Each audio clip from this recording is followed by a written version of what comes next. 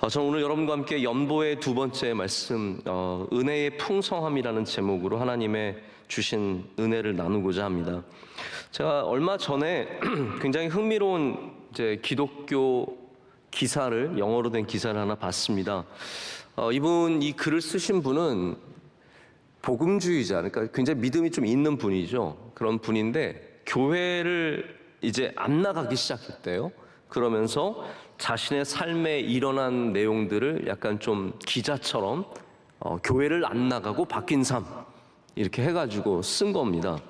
이분은 원래 교회를 열심히 나갔던 분인데 성경 공부도 꾸준히 참석하고 교회에서 봉사도 하고 그리고 선교도 열심히 다니던 분이었는데 어떤 이유에서인지 교회를 그만 다니기 시작했다는 거죠. 그런데 그러고 보니까 이제 교회를 안 나가니까 자신의 삶에 긍정적인 것들이 일어났다. 제가 여러분 교회에 안 나가면 좋다라고 말씀드리는 게 아니라 한번 생각해 보시라는 거예요. 이분이 말하기를 첫 번째, 시간이 많아졌다라고 말합니다. 여러분 그렇지 않겠습니까? 주일 아침에 여러분 교회 안 오시면 시간이 얼마나 남겠습니까? 우리는 시간이 남아서 심심해서 죽을 겁니다. 그래서 도저히 그럴 수 없겠죠? 수요일 날도 시간이 얼마나 남겠으며 새벽에 얼마나 더 잠을 자겠으며 우리 여선교회 원래회 구역장 공부 이런 거 빠지면 아마 우리 교인들은 적어도 일주일에 10시간에서 많게는 20시간 정도 시간이 더 생기실 것 같아요. 굉장한 양이죠. 그래서 이분이 이제는 여유롭게 주일 아침에 식사를 하고 부러우시죠? 이제 식사를 맛있게 먹고 친구들을 만나서 브런치도 먹고 그리고 또 오후에는 넉넉하게 이제 미국에는 스포츠 게임을 많이 보니까 스포츠를 본다라고 쓰고 두 번째 이유 때문에 제가 말씀을 드리는 거예요. 이분이 이렇게 얘기합니다. 더 이상 교회에 돈을 내지 않으니 얼마나 좋은가. 이분이 주장하는 것은 시간과 돈입니다. 여러분 우리 그리스도인들이 어쩌면 내가 교회 다녀서 가장 손해본다고 생각하는 두 가지가 이걸 거라고 생각을 해봤습니다. 아마 많은 분들이 내가 시간으로 그리고 물질로 손해를 보면서 교회를 다닌다라고 생각을 할 수 있을 거라고 저도 생각을 합니다. 그런데 오늘 말씀을 보십시오. 자, 연보, 제가 지난주에 연보에 대해서 말씀을 드렸기 때문에 어느 정도 여러분이 연보에 대해서 기본적인 틀을 갖고 계시다는 전제하에 말씀을 드리는 겁니다. 연보는 그냥 헌금이 아니라고 말씀드렸어요. 연보는 가난한 자를 위한 모금, 컬렉션입니다. 그리고 연보는 우리 원어 쪽에서 살펴보면 관대함이라고 하는 단어가 들어가 있는 우리가 갖고 있는 마음의 표현이라는 것을 우리가 지난주에 말씀드렸거든요. 그래서 이것을 그냥 헌금으로 생각하시면 안 됩니다. 근데 오늘 말씀은 우리가 그 손해본다고 생각하는 그 연보, 그 돈, 그 물질이 사실은 우리에게 은혜다라고 말하고 있습니다. 굉장히 역설적인 얘기죠. 우리가 손해라고 생각하는 그 시간이 사실은 우리에게 은혜이고요. 우리가 손해라고 생각하는 그 물질이 사실 우리에게 은혜라는 겁니다. 만약에 여러분이 교회를 안 다니시는 분한테 내가 교회를 열심히 나가면서 봉사하면서 내가 봉사해서 참 은혜를 많이 받는다라고 한다면 제3자가 그것을 들으면서 교회와 전혀 상관없는 사람들이 그걸 들으면서 아 그렇겠구나라고 박수를 쳐주던가요? 여러분이 찬양대 서는데 내가 그래서 일찍 가야 되고 찬양대 연습해야 되고 나는 저녁도 못 먹고 찬양대 선다 그러면 사람들이 야 너는 참 좋구나 훌륭하구나 박수 쳐주겠습니까?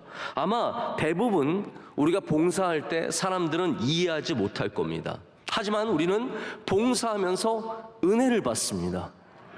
여러분 어떻게 생각하세요? 저는 확실하게 믿습니다. 제가 섬길 때마다 은혜를 받습니다. 예배 나오면 은혜 받습니다. 주님께 나의 것을 드리면 은혜 받습니다. 거기에 은혜가 있죠. 우리 보통 요즘에 인터넷에 자기가 뭐 사거나 자기가 뭐 먹고 나서 리뷰를 씁니다. 그때 내가 누구에게 돈을 받거나 소정의 상품을 받고 쓰지 않았다라고 할 때 쓰는 단어가 내 돈 내산이라는 말이 있어요. 내 돈으로 내가 사서 쓴 리뷰라는 거죠. 내 돈 내산. 어쩌면 우리가 지금 봉사하면서 다 내 돈 내산이에요. 내가 돈 내고 내가 시간을 쓰고 내가 내 육신의 힘을 다 쓰고 내 정성을 다 쏟고 있지만 우리는 이 모든 희생을 통해서 섬김을 통해서 은혜라는 것을 받는다는 거죠. 그래서 오늘 말씀에 나중에 나오지만 예수님께서 그 풍요로우신 예수님께서 우리를 위해 비우신 것이 은혜라는 거예요. 우리가 갖고 있는 것을 비우는 것이 은혜라는 것. 우리가 갖고 있는 모든 것들을 하나님을 위해서 비울 수 있는 것이라면 그것이 은혜라는 것을 주님께서 보여주셨고 우리도 또한 그렇게 알아야 된다는 겁니다. 연보도 마찬가지 아니겠습니까? 내 돈 내산이에요. 내 돈으로 누군가를 돕는 것이지만 내가 비워지는 일이지만 사실 그 모든 것이 우리에게 은혜가 된다는 것입니다. 그래서 교회에 다니면서 은혜 못 받는 사람들은 나눌 줄 모르는 사람, 내 거 아까워가지고 단 하나도 내 것으로 안 하는 사람들은 교회에서 은혜를 받기가 참 쉽지 않습니다. 나는 그냥 교회 와서 예배만 드리고 말씀만 딱 듣고 갈게. 그냥 천천히 와서 말씀할 시간에 딱 도착해서 말씀 끝나면 찬송가 부를 때 나가는 그러한 나의 욕심만, 나의 니드만 채우기를 원하는 분들은 사실 은혜를 많이 받지 못합니다. 여러분, 누가 은혜 받습니까? 시간이 남아서 일찍 오는 게 아니죠. 그러나 일찍 와서 기도로 예배를 여는 사람이 은혜 받습니다. 남아서 기도하고 돌아가시는 분들이 은혜 받습니다. 먼 길, 저 멀리서, 오늘 수요일 날도 멀리서 오시는 분들이 꽤 많이 계십니다. 우리 동네 분들만 오신 것이 아니라 저 서울의 곳곳에서, 저는 요즘에도 제가 사실 그렇게 원하는 건 아닌데 우리 교회 등록하시는 분들 보면은 다 동네가 적혀 있잖아요. 근데 여전히 우리 동네보다 다른 동네에서 많이 오세요. 뭐 의정부 아니면 송파 아니면 하남, 저 멀리서 뭐 더 먼 곳에서부터 영등포 이런 데서 오시는 분들이 의외로 굉장히 많은 거를 많이 보게 됩니다. 여러분, 그분들이 여기 오실 때 편하지 않죠. 제가 어떤 집사님 두 분을 이번 주에 잠깐 면담을 하느라고 만났는데 그 두 분이 하는 말이 자기가 너무 수요일날 예배를 드리고 오고 싶대요. 정말 오고 싶은데 문제는 뭐냐면 이분들이 강남에 사는데 강남의 오래된 아파트는 늦게 돌아가면 주차할 자리가 없대요. 그래서 이분들은 그러면 택시를 타고라도 와서 예배를 드리고 가고 싶다고 얘기할 정도로 수요 예배를 사모하시고 우리 교회 예배를 사모하세요. 여러분, 우리가 멀리서 오는 거 굉장히 손해인 것 같고 일찍 오는 거 손해인 것 같고 내 시간과 내 물질 들여서 하는 것들이 다 손해인 것 같지만 성경은 바로 그것이 은혜 받는 길이라고 우리에게 전해주고 있다라는 겁니다. 그래서 연보라는 것은 우리 교회가 관대한 마음으로 가난한 자들을 위해서 모금한 것을 아주 초대교회부터 시작했고 지금까지 이어져 오게 되는 겁니다. 근데 여러분, 교회에 이어져 가는 것의 핵심이 무엇인지 아십니까? 만약에 교회가 2000년 동안 가져왔다면 그 핵심은 무엇일까요? 권력일까요? 아니면 기쁨, 즐거움일까요? 아니라고 생각합니다. 저는 모든 이어지는 것의 핵심은 은혜라고 생각을 합니다. 은혜가 있어야 이어집니다. 그래서 내가 30년 찬양대 봉사 그 연수를 채우려고 한 것이 아니라 은혜 받으니까 감당하는 것이죠. 우리가 새벽 예배 나오는 것도 은혜 받으니까 감당하는 것이고 모든 좋은 것들에는 은혜가 들어있고 그래서 연보 안에도 은혜가 있다라는 겁니다.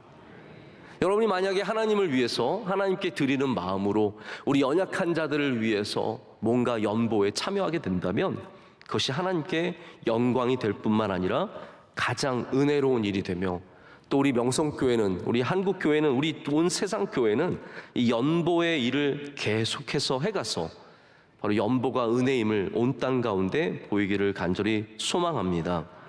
그래서 오늘 이 짧은 5절의 말씀 가운데 은혜라는 단어가 반복해서 나옵니다. 은혜인 것을 잊지 말라라는 거예요. 자, 여러분, 누가 연보에 참여했던가요? 우리 지난주 말씀 기억하십니까? 마게도냐 교회를 얘기했었죠. 마게도냐 교회는 부자였습니까? 가난했습니까? 가난했습니다. 그들은 극심한 환난을 겪고 있었다라고 얘기하고 있습니다. 정말로 힘든 교회였지만 그들이 연보에 참여한 것은 그들이 은혜를 아는 사람이었기 때문입니다.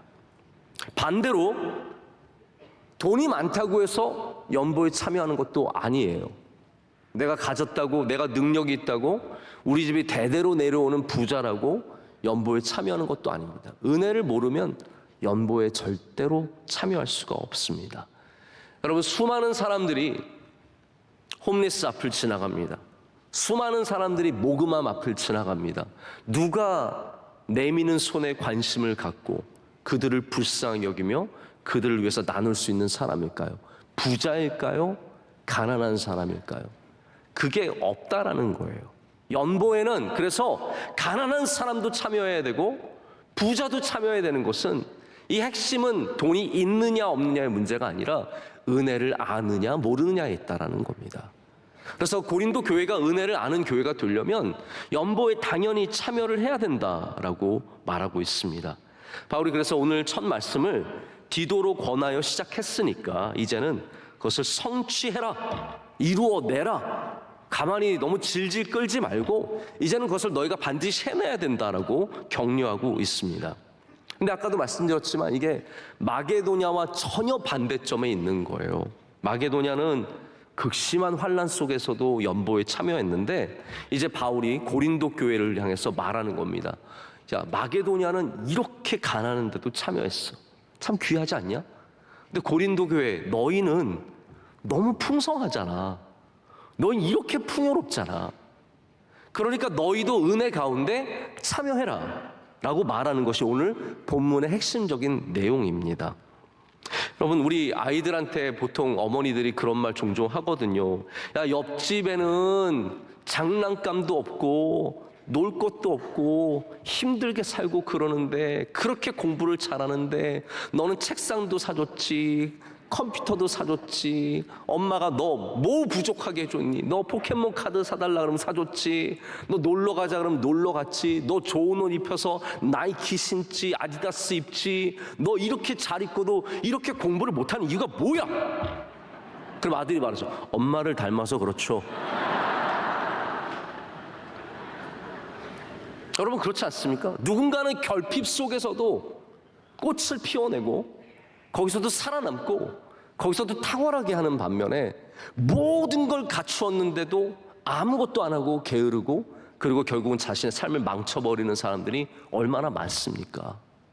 이거를 지금 바울이 마게도냐와 고린도 교회를 비교하면서 말하는 거예요.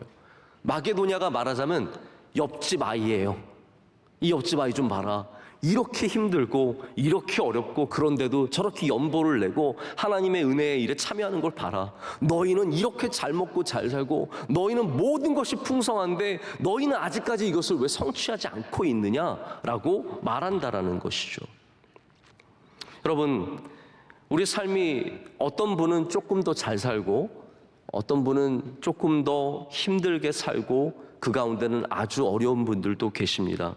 그러나 바라는 것은 연보는 얼마나 많이 하느냐의 문제가 아니라 참여할 수 있는 은혜의 마음이 있느냐의 문제입니다. 여러분, 그러한 은혜의 마음을 가지시기를 축복합니다.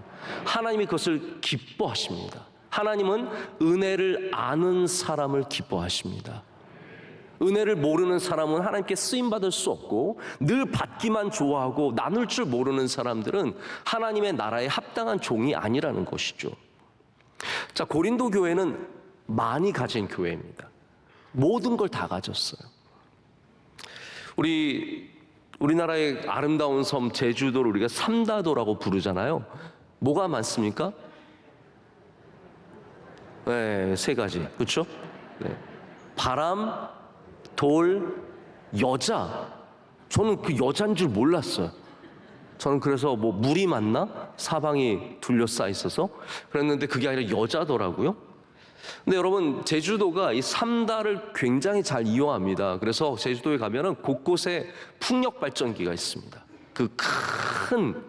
그 아시죠? 이렇게 풍차같이 생긴 어마어마하게 큰 게 돌아가면서 그 바람을 이용해서 전기를 만들어냅니다. 그 아름다운 바위들, 그 용암이 녹은 바위, 굳은 바위들, 그거 가지고 곳곳에 세워놓고 그걸로 제주도를 홍보하고 그것만 봐도 제주도 왔구나, 그 마음 들지 않습니까? 그게 얼마나 귀합니까? 제가 여자는 어떻게 쓰는지 잘 모르겠는데 많은 걸 잘 써서 제주도가 유명해진 거예요. 자, 보십시오. 많은 것은 복이 될 수 있습니다. 고린도 교회도 많은 것이 있었습니다. 그것으로 복을 삼으면 돼요. 그런데 많은 것은 하나님을 위해서 쓸 때 진짜 복이 된다는 것을 아셔야 됩니다.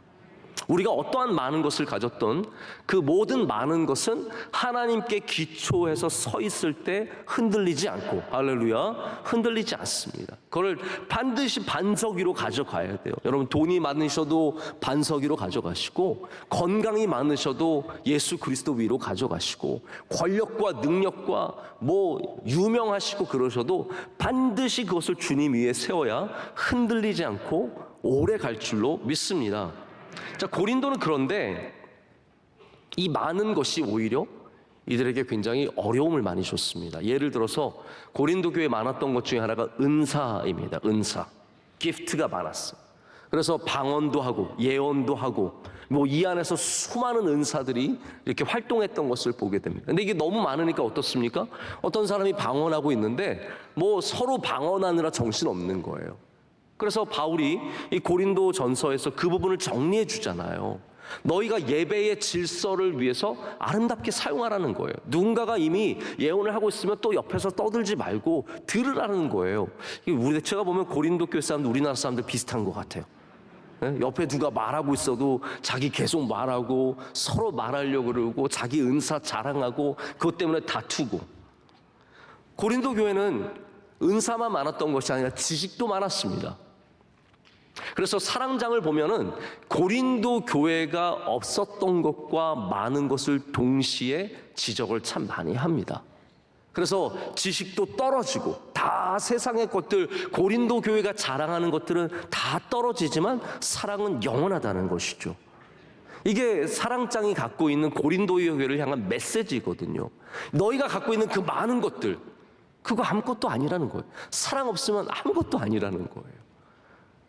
할렐루야. 이게 고린도 교회의 현실이었어요. 게다가 고린도 교회는 다툼도 많았어요.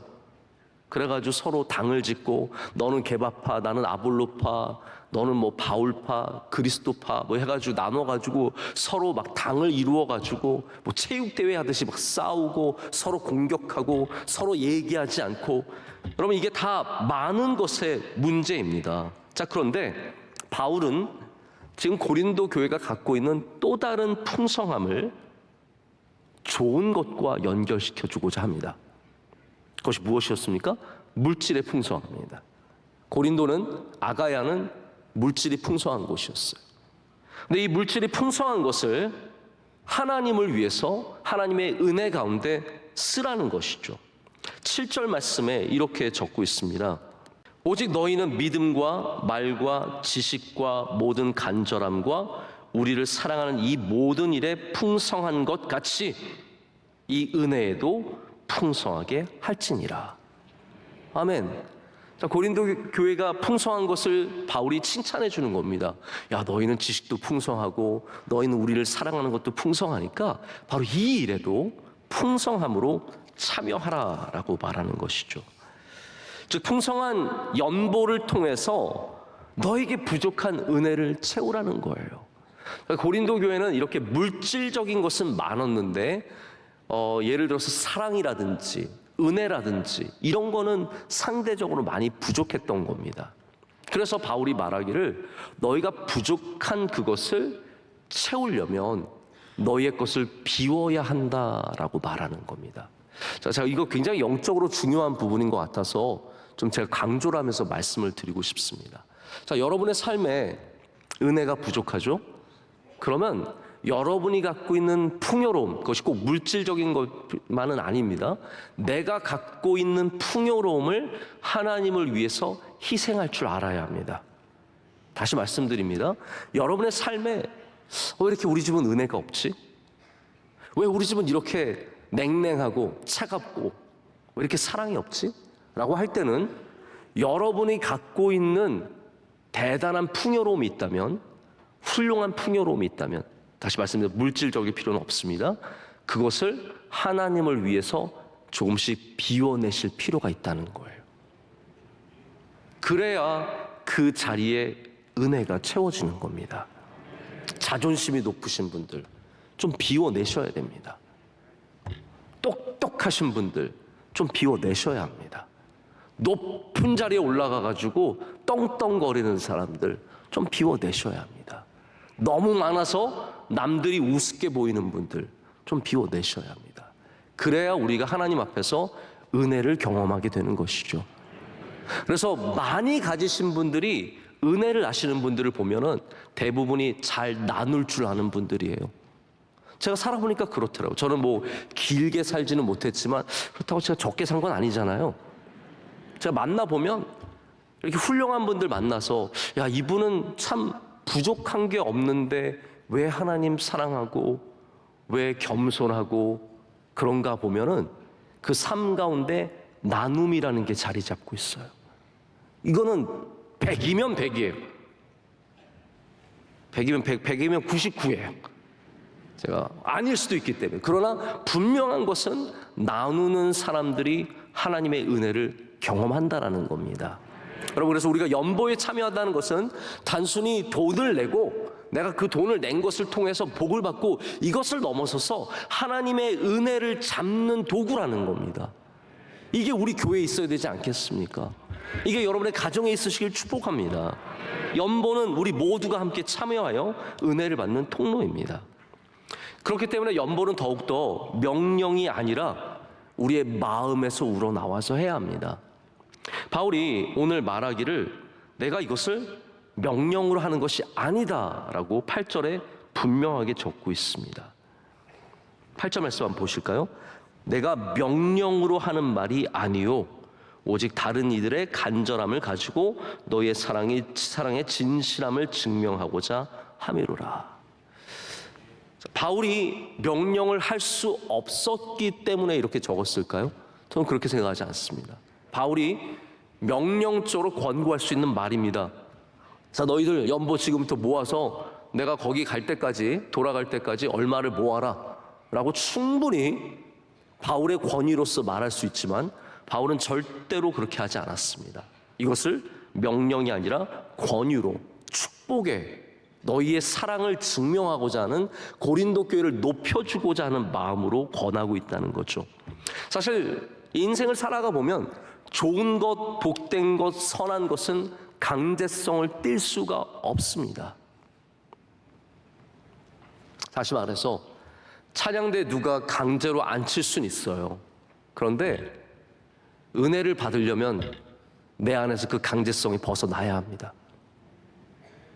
누군가 나를 억지로 여기 끌어올 수 있어요. 그런데 은혜를 받으려고 하면은 그 억지로가 끊겨서 나가야 합니다. 그래야 그때부터 진짜 은혜가 시작이 되는 것이고 하나님의 역사가 시작이 되죠. 그래서 어떤 모금이나 어떤 좋은 것도 강제로 할 수는 없는 거죠. 그게 관대함이란, 우리 지난주에 말씀 보셨지만 관대해야 되는데 관대하지 않고 강압적인 행사만 되면 그게 맞겠습니까? 사실 복음이라는 건 강압적이지 않아요. 예수님께서 제자들 따라오라고 하실 때 강압적으로 데려간 사람이 누가 있습니까? 처음에 베드로, 야, 너 마음에 드는데 이리 와라, 멱살 잡고 데려가시지 않으셨거든요. 요한도 마찬가지고 어떤 제자도 다 마찬가지. 항상 주님은 따라오라 라고 부르셨을 뿐이에요. 그 다음에 가고 안 가고는 제자들의 마음이었어요. 그래서 어떤 제자들은 주님이 따라오라. 여러분, 주님이 나를 부르셨다? 주님한테 스카웃 당했다? 영광 아닙니까? 그런데 그 제자들은 어떻게 했습니까? 아, 주님, 저는 집에 가야 돼가지고, 집에서 해야 될 일이 많아가지고, 아버지 장사 지내야 돼가지고, 수많은 핑계. 여러분, 우리는 그 생각을 많이 하거든요. 아, 아버지 장사 지내는 거 너무 당연하지 않습니까? 근데 성경을 보면 그 사람은 그거를 아버지 장사를 해야 하기 때문에 안 가는 것이 아니라 핑계로 대고 안 가는 겁니다. 그게 핵심이에요. 성경은 주님의 부르심에 핑계대지 말라라는 거예요. 주님은 한 번도 강압적으로 데려가지 않으셨습니다. 고치는 것도 강압적으로 고치지 않으셨습니다. 저는 강압적으로 해본 게 몇 가지가 있어요. 근데 할 때마다 너무 힘들었던 것 같아요.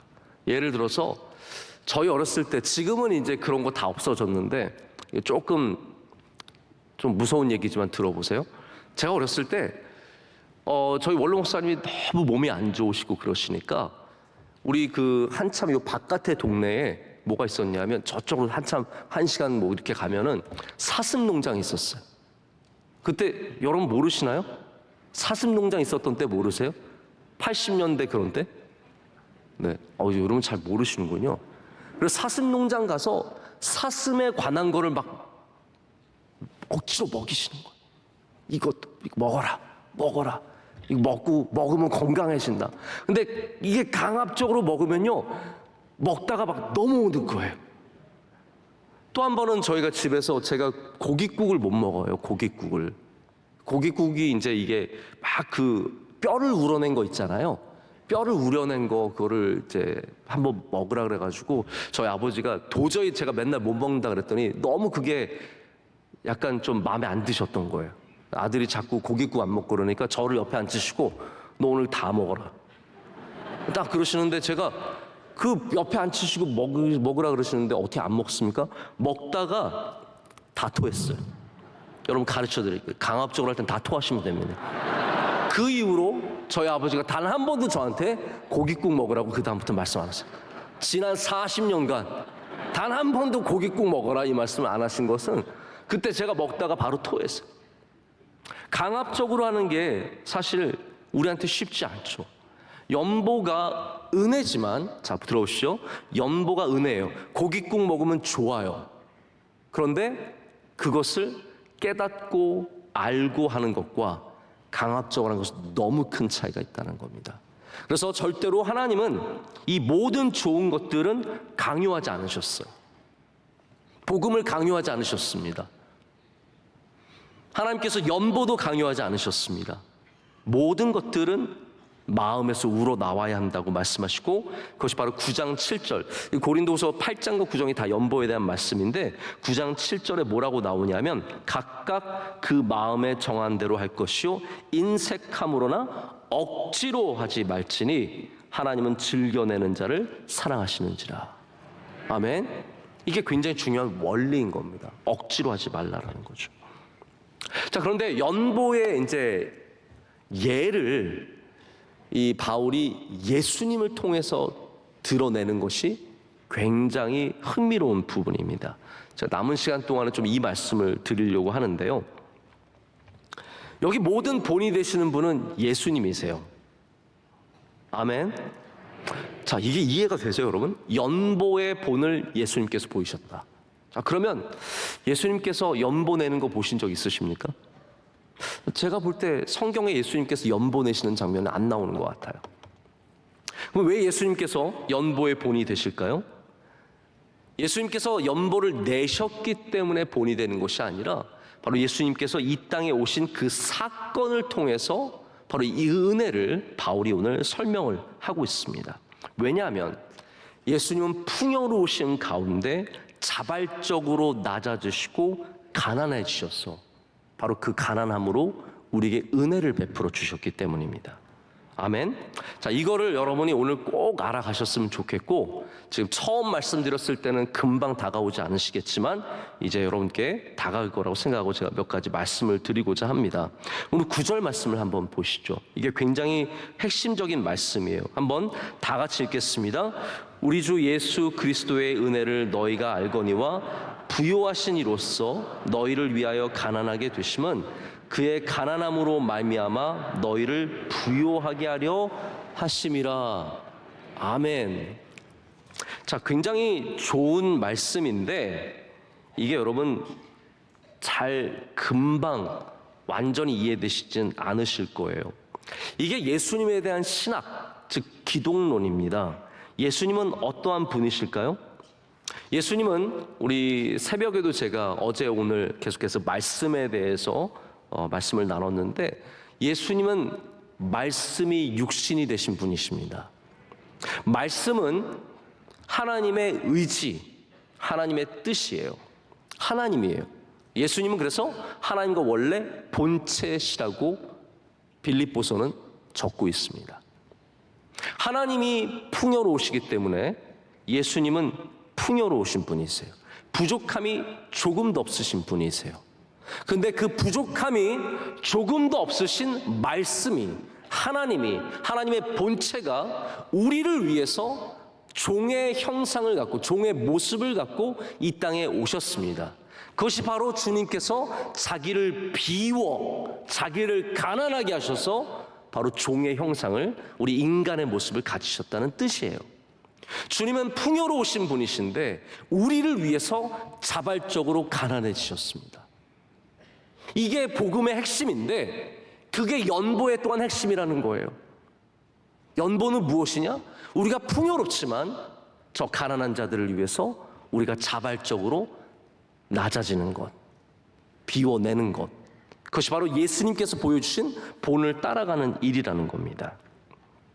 여기 여러분 이거 어떻게 생각하세요? 하나님은, 제가 퀴즈를 내보겠습니다. 하나님은 풍요의 신이십니까? 풍요로우신 분이십니까? 네, 여러분 이거 굉장히 어려운 질문인데 저는 많이 틀리실 줄 알았는데 다 아시네. 자, 보십시오. 하나님은 풍요의 신이 아니세요. 하나님은 풍요로우신 분이세요. 이게 무슨 차이가 있습니까? 풍요의 신은 뭐예요? 나에게 풍요를 가져다주는 신이에요. 그걸 우리가 뭐라고 부릅니까? 우상이라고 부르는 거예요. 풍요의 신 바알과 아세라와 이 수많은 가나안의 이 신들, 우상들은 풍요의 신이에요. 그래서 바알의 옛날에 있었던 고고학 발굴물 보면은 유방이 막 수십 개 달려있잖아요. 왜냐하면 풍요의 신이니까. 이것을 통해서 열매를 얻고 곡식을 얻고 자녀들이 잘 되고 우리 땅이 너무나 잘 돼서 모든 농사가 잘 되고 우리 땅에 있는 양들이 잘 되고 풍요의 신을 믿는 사람들은 그거예요. 그런데 하나님은 풍요의 신, 가짜 신이 아니라, 그래서 풍요의 신은 아무리 믿어도 여러분에게 풍요를 가져다 주지 못합니다. 그러나 하나님은 풍요로우시기 때문에 우리에게 풍요를 주십니다. 이게 전적인 차이가 있는 부분이에요. 예수님은 그렇기 때문에, 하나님이시기 때문에 풍요로우신 분이십니다. 근데 우리를 위해서 그 모든 richness, 풍요로움을 다 내려놓으신 거예요. 그리고 우리와 같은 몸이 되셔서 이 땅에 오셨는데 그걸 우리가 복음이라고 부르고 그걸 또 다른 말로 뭐라고 할까요? 은혜라고 하는 겁니다. 은혜. 은혜는 주님께서 우리를 위해 낮아지신 것. 이게 은혜입니다. 연보가 왜 은혜입니까? 우리가 누군가를 위해서 낮아지는 것, 우리가 누군가를 위해서 비워내는 것이기 때문에 이것이 똑같이 맞아 있다라고 오늘 성경은 얘기하고 있습니다. 예수님의 풍요로움을 드러낸 사건들이 있습니다.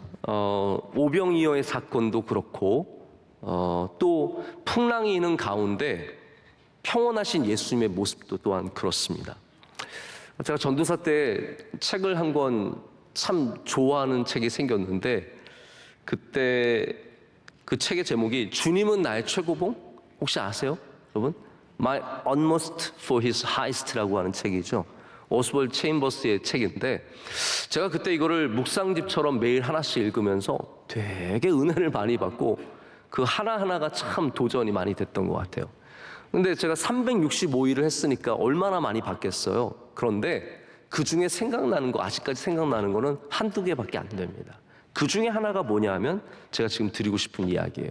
오스월드 체인버스가 예수님께서 풍랑이 있는 가운데 주무시던 그 장면, 그리고 나중에 깨우셔서 풍랑을 잠잠하게 하시는 그 장면을 통해서 무슨 얘기를 하냐면 예수님은 이 거센 세상, 이 바람이 부는, 풍랑이 부는 세상에서 두려워하지 않고 주무실 수 있었던 이유는 예수님은 능력의 풍요로움이 있으셨기 때문이다. 저는 그게 그렇게 좋더라고요. 우리가 풍요로워지면, 할렐루야, 우리의 믿음이 풍요로워지면 거센 풍파 앞에서도 잠잘 수 있는 것이고, 우리가 은혜가 풍요로워지면 나에게 사납게 구는 사람 앞에서 평안을 갖출 수 있는 것이고, 우리에게 사랑의 풍요로움이 있으면 나를 미워하는 사람을 같이 미워하지 않고 품을 수 있는, 그래서 신앙인에게 풍요로움은 정말로 중요한 겁니다. 예수님은 그러한 풍요로움, 절대적인 풍요로움, 누가 회방할 수 없는 풍요로움, 모든 것에 완전한 풍요로움을 갖고 계셨는데 그 풍요로움 속에서 주님은 제자들과 함께 하시는 은혜, 자기를 낮춰서 제자들과 함께 하시는 은혜를 베풀어 주셨습니다. 여러분, 은혜가 무엇입니까? 주님께서 우리와 함께 하시는 것. 그 풍요로우신 주님께서 아무것도 아닌 우리와 함께 지금 이 배에 같이 타고 계신 것, 그것이 바로 말씀이 육신이 되어서 오셨다는 말씀이에요. 말씀이 육신이 되셨다는 것은 예수님께서 오셔서 어딘가에 저기에 계시다는 말씀이 아니라 내 배에, 내가 지금 풍랑이 일어서 흔들리고 있고 떨고 있고 정말 죽을 것 같이 무서운 이 배에 주님께서 함께하고 계시다는 말씀입니다. 그게 바로 말씀이 육신이 되어 이 땅에 오셨다는 뜻이죠. 오늘 주님이 여러분과 함께 하시는 은혜를 주실 줄로 믿습니다. 그렇기 때문에 우리는 그 풍요로움 속에서 떨지 않고 은혜를 갖고 살아가게 되는 거죠. 자, 그렇다면 누군가 저기 어려운 사람들, 가난한 사람들, 큰 환난 속에 있는 사람들이 바로 우리가 그들과 함께 할 때 그 은혜를 또한 누리지 않겠습니까? 이것이 연보입니다. 연보는 바로 주님의 은혜를, 주님의 사랑을 나누는 일이며 누군가에게, 떨고 있는 누군가에게 주님의 은혜를 나눌 수 있는 귀한 도구라는 것이죠. 제가 말씀을 이제 맺고자 합니다. 연보는 유익합니다. 할렐루야. 우리는 연보를 계속 해야 합니다. 저는 앞으로 지난번에도 저희가 코로나 기금을 모으지 않았습니까? 그 기금이 연보라고 말씀을 드렸습니다. 컬렉션이니까요. 저희가 앞으로는 종종 연보를 좀 모아야 하지 않을까라는 생각을 갖습니다. 이게 굉장히 파워풀해요. 교회가 영적으로 하나 될 수 있는 시간이고, 이 연보를 통해서 하나님이 기뻐하시는 일들을 할 수 있습니다. 그래서 저희가 가끔은 무슨 돕는 일, 필요한 일 있으면 여러분에게 좀 연보를 구할 테니까 그때마다 받은 은혜를 기억하시면서 연보에 많이 참여하시기를 축복합니다. 연보는 유익하기 때문입니다. 오늘 말씀에도 바울에게 이 연보가 바울이 연보가 유익하다라는 것을 말하고 있습니다. 10절 말씀 함께 읽어볼까요? 이 일에 관하여 나의 뜻을 알리노니 이 일은 너희에게 유익함이라. 너희가 1년 전에 행하기를 먼저 시작할 뿐 아니라 원하기도 하였은즉. 유익하대요. 사람들이 유익한 거를 다 깨닫지 못하고 다 하지 못하는 참 안타까움이 있습니다. 요거만 이제 말씀을 드리고 맺으려고 하는데, 제가 재밌는 글 하나를 좀 소개할게요. 우리가 누군가 이런 글을 썼는데 제가 굉장히 이게 재밌어요. 왜냐하면 여러분들 잘 보시면 이게 무슨 의미를 갖고 썼는지를 좀 생각해 보실 수 있으실 거예요. 어떤 사람이 내가 더 이상 씻지 않는 이유, 혹시 여러분 씻지 않는 이유가 있으세요? 내가 더 이상 씻지 않는 이유를 10개를 썼는데 제가 불러드릴게요. 한번 보시면 첫 번째, 씻으라고 강요받았다. 두 번째, 씻는 사람들은 위선자들이다. 자신들이 다른 사람들보다 깨끗하다고 생각한다. 세 번째, 너무 비누의 종류가 많다. 어떤 게 좋은지 결정하는 게 너무 힘들다. 자, 네 번째, 예전엔 씻었지만 이제는 너무 지겨워졌다. 다섯 번째, 지금도 사실은 가끔씩 씻는다. 성탄절과 부활절에는. 자, 여섯 번째 넘어갑니다. 내 친구들이 안 씻는다. 일곱 번째, 나이를 더 먹고 더 더러워지면 씻겠다. 여덟 번째, 시간이 없다. 아홉 번째, 화장실이 여름엔 너무 덥고 겨울엔 너무 춥다. 열 번째, 비누를 만드는 사람들은 당신들의 돈을 노릴 뿐이다. 자, 이게 재미있는 얘기인데요. 이 안에 뭔가 담겨 있는 게 느껴지세요? 이게 교회를 향한 사람들의 태도예요. 예배를 향한 사람들의 태도입니다. 예배 가라고 강요받았다. 교인들은 위선자들이다. 자신들이 다른 사람보다 깨끗하다고 생각한다. 너무 교회 종류가 많다. 어떤 비누로 씻어야 될지, 어떤 교회를 가야 될지 모르겠다. 예전에는 교회 다녔지만 지금은 너무 지겨워졌다. 지금도 가끔 교회 간다. 성탄절엔 가고 부활절엔 간다. 내 친구들이 교회 안 다닌다. 나이를 더 먹고 더 심심해지면 가겠다. 시간이 없다. 교회가 여름엔 너무 덥고 겨울엔 너무 춥다. 사실 약간 그렇잖아요. 10번째, 교회는 당신들의 돈만 노릴 뿐이다. 이거 딱 교회에 대한 얘기입니다. 저는 이거 보면서 굉장히 공감을 많이 하고 많이 생각해 보게 되었습니다. 복음을 귀찮아하는 사람들, 왜 귀찮아할까요?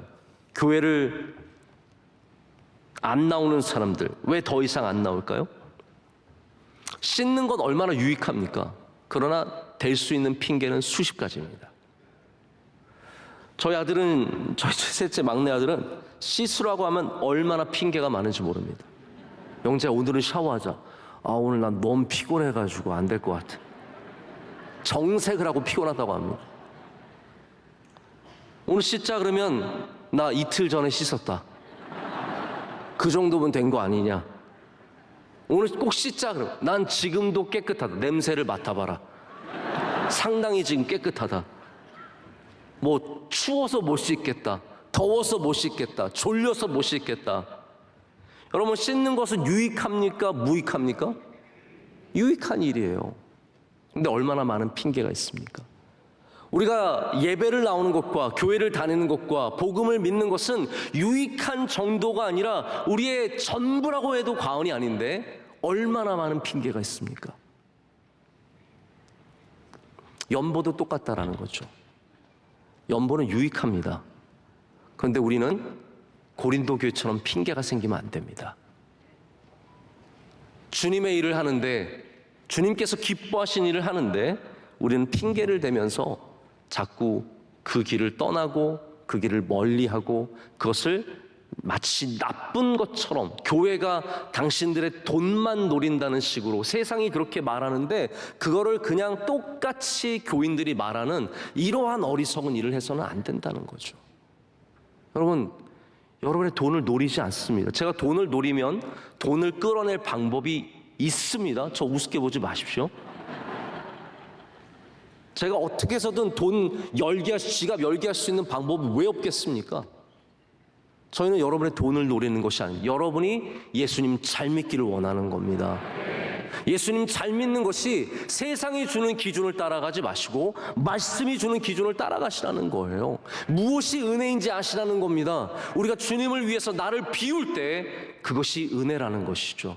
왜냐하면 주님께서, 그 풍요로우신 주님께서 우리를 위해 비우신 것이 은혜이기 때문입니다. 우리 모두가 이 은혜에 참여하는 주의 종들이 다 되기를 간절히 소망합니다.